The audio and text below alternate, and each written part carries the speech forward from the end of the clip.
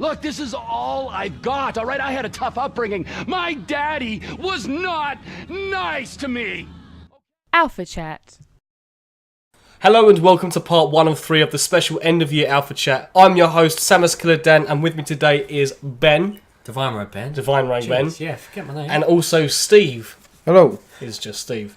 In this part, we'll each be giving our 3 favourite games of 2013, but don't forget to leave a comment below on what your favourite game of 2013 is. Who would like to start? Daniel, set us off.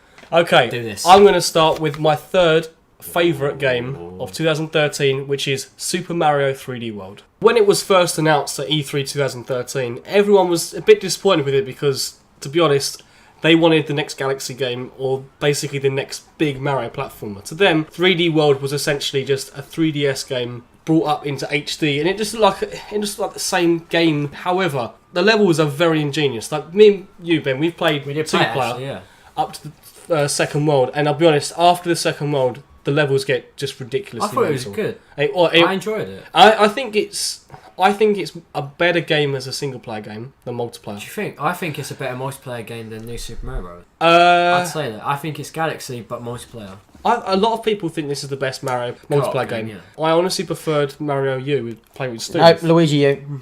Yeah, I don't know. A lot of people disagree with me. In single player, I found it a lot easier, a lot more enjoyable to a certain extent. It's really fun to play in multiplayer, I would admit.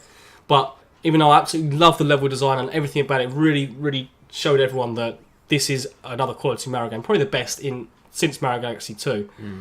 The one thing that did annoy me was the depth. 3D Land was made for the 3DS, so you could judge the depth with the 3D on. It was the only 3DS game I've played all the time with the 3D on.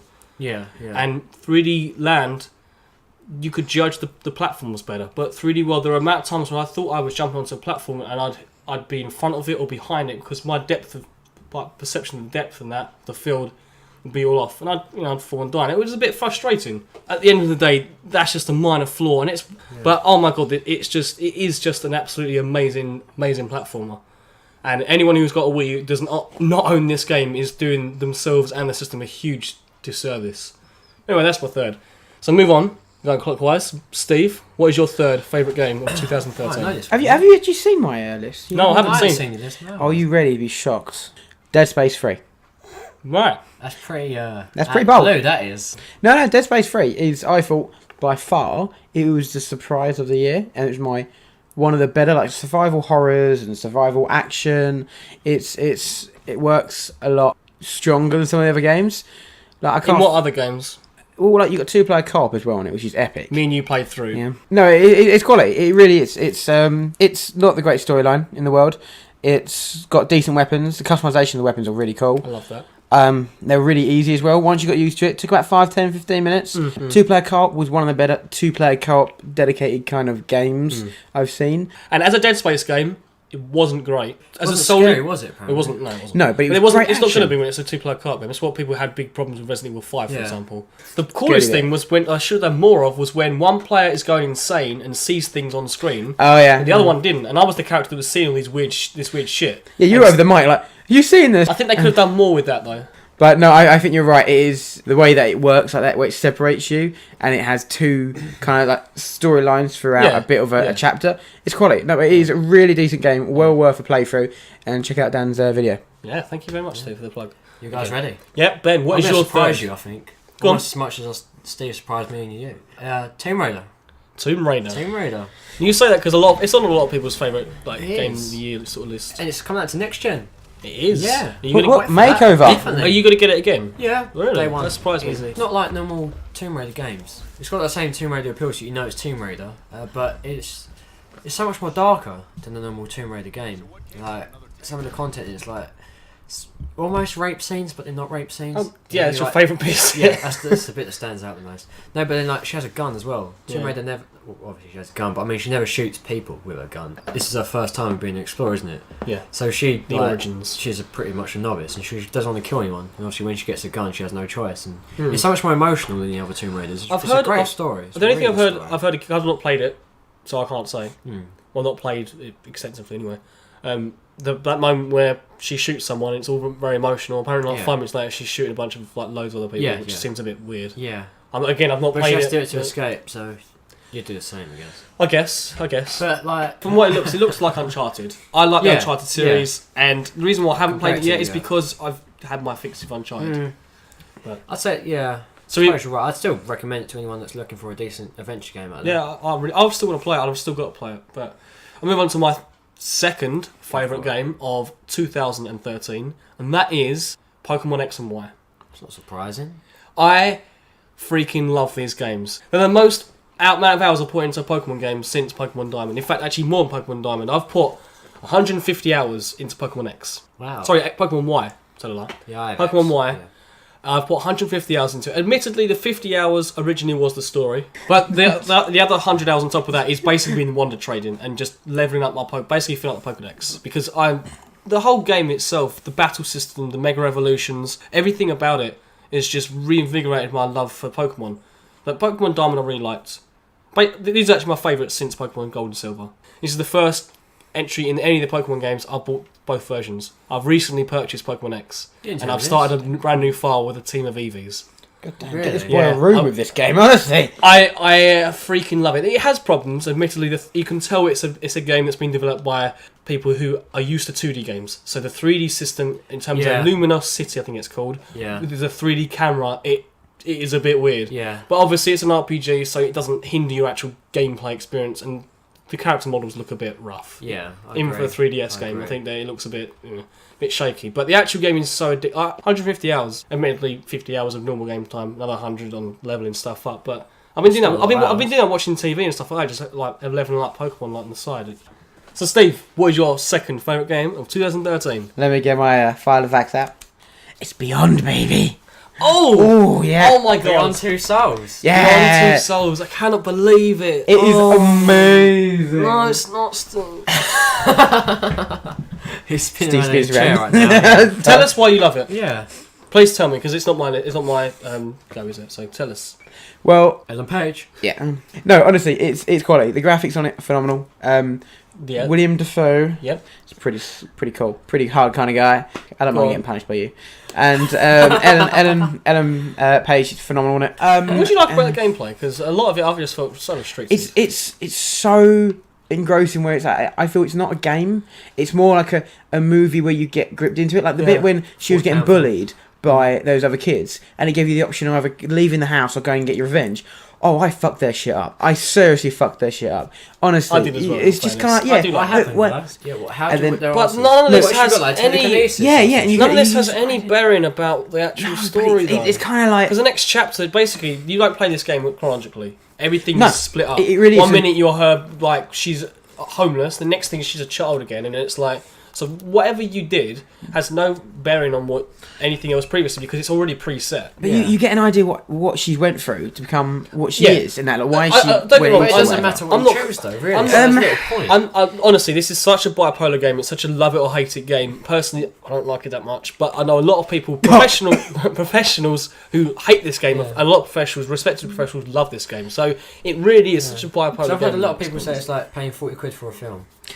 Well, It's it's one a- hell of it's a a- long film. it is a long film. It is a quality film and game. And but the bit personally for me, I don't know if you enjoyed it. The bit where they were on the train, on the top of the train. No. And I enjoyed the thought sequence, that, yeah, but that the was sequence where was that's quite- where it actually lost it for me. That actual Really? point, because you're getting chased on the train and you've got to do these little quick time events. Yeah. And You got to, hate those, but I no, don't but mind it's them. not so much the quick time events that I don't like. It's the fact that sometimes you can never really tell which way you're supposed to flick the analog stick, and when you do fail it, nothing comes out of it. So then try to grab you, you fail it, and she just stumbles, but she still gets So it's away. like I can just fail if I like to, really. Pretty much, that's all I No, felt. but I failed. But obviously, if When you're homeless now, like, not it's not going to spoil, but and I got beaten the hell out of, and I think it kind of moved one way, but I think it does have the direction on it certain parts if you lose it. But I think it is honestly a quality game, really is, and it's actually quite nice to have a bit of a debate on here. it is actually, I like it. I've We've got, got to we got to disagree.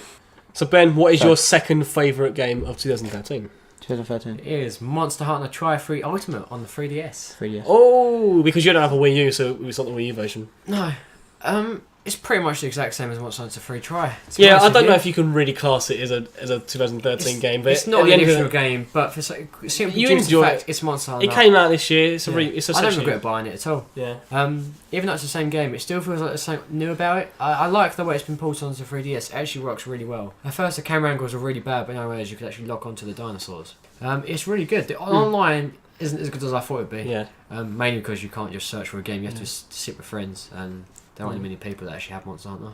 Good thing about it is it's essentially the exact same game, almost down to like it's a port, yeah. So like, as in, monsters as well. What I mean on the Wii U version and the 3DS, that you can actually play, which I think is really cool. You can play a 3DS version with the Wii U. Sounds cool. I think that's pretty cool. Yeah. Is there more monsters as well? We literally just come off the. I remember seeing a trailer for the new monsters. That Actually, it looked pretty cool. right? I think it's quite funny that we just come off the back of Beyond Two Souls, a very love it or hate it game. Monster Hunter is probably the epitome of a game series right now that's a love it or hate it. Yeah. So many people I know have tried it, can't get into it. You have to play it online. You can't play story mode. Yeah, it's boring. Yeah, but once you play online, you want to go story mode to get the extra armor. Yeah. That's how it boosts you up there. Yeah, but it is an addictive game. I've got over 300 hours on Monster Hunter Try, let alone Ultimate. But I'm waiting for a Wii U version for Monster Hunter 4. Yeah. But You've been waiting, maybe. okay, well we move on to my favourite game of 2013. It is The Last of Us. Oh. Dun dun dun. Pretty surprised actually by that, I am. The thing is, I've never played a video game that's had this much of an emphasis on story and characters and just the way they develop it's just such an immersive game. Did you play Beyond? What I'm going to say, it marries the gameplay with the story. This isn't just a story, then there's gameplay, then there's story. It just seamlessly interchanges between story and gameplay, and you never feel like, oh, it's more story, oh, there's more gameplay. Some people do feel that way. I personally don't. I love the gameplay of Last of Us. I love the whole. It's like Uncharted, but not really at all, because there's no climbing, and it's very stealthy. And it's very sort of, you got to plan out the way you're going to think. You can go through all like the weird zombie clickers, the weird like zombie things in this game. You can go through areas of that without letting off any of them. Like they don't even know you're there. You could kill them all if you want, but you could, if you do it well enough, you can sneak past. There's only set areas that you can't. Yeah. Which do annoy me because the game does give you a bit of freedom of how to approach any area. Yeah. But my God, the story. I just want to say the opening half an hour, and you've played it, Steve. The opening half an hour is fucking amazing. Some of the best game I've ever played ever. The next 3 hours, admittedly, are a little bit slow, but after that, and it's not a short game either. It's not an 8 hour. Is it long game? It's about 15 to 20 hours, depending That's good, on. for a modern game. Yeah, for a very story-driven, not really linear, but it does put you in a second half. It was the one game that when I beat it, I was like, this is my favourite game of the year. I know I've got another 6 months left. This is my favourite game, and it. Yeah, it is. I knew it was coming out afterwards, but I thought there's nothing going to top this. Right, favourite game of the year. Wait, are you thinking what I'm thinking? Oh yeah. Yes. So basically, Ben and Steve already discovered they both have this. Grand Theft Auto 5. Right, Steve, you first. Tell us what you love about it. Online. It really is. I think the story was great. I think which is really weird. What they did, where I think what they were really clever, and I think a lot of people were pissed off, but I think they're just thickwads because they didn't really understand the reason for it. Was delaying the online for 2 weeks made you play the storyline, and the storyline you could see they spent a lot of time on. It's very, very good and very immersive. And Trevor, Michael, Franklin, you start to enjoy the characters. I never loved Franklin. Sometimes if I went into a really, really troublesome area or anything like that, I'd usually just go to Franklin because I know that he's got the car skills, he can get out quite quickly, and I really didn't care. But at the end of the day, I was just like, actually, no, Michael's got the best shooting, so I'd go into that way. This is I think the you've best got story mode on GTA ever. Better than San Amazing. Andreas. But I think once you play online, you won't go back to story mode ever. Yep, I totally Online agree. is the most immersive online gameplay of this year. Do you see why they did the 2 week gap though? I mean, and it was we- very So you were saying laps then, weren't you? We and Laps. Steve have both got Lap. next gen consoles, but we want to go back to GTA 5. Yep. Purely for the online. That's how addictive it is. There's so much freedom to it. I really liked GTA 5 for what I played of it, but it didn't grab me like other games did this year. It's probably the most enjoyable Grand Theft Auto game I've played since the PS2 games. That also ends this special Alpha Chat Getting arrested. episode.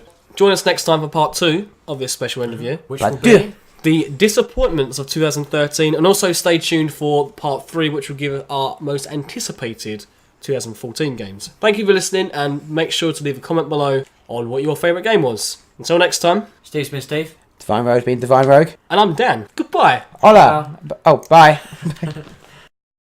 Did you meet Deborah? Interesting lady. I should probably go say hi. I wouldn't.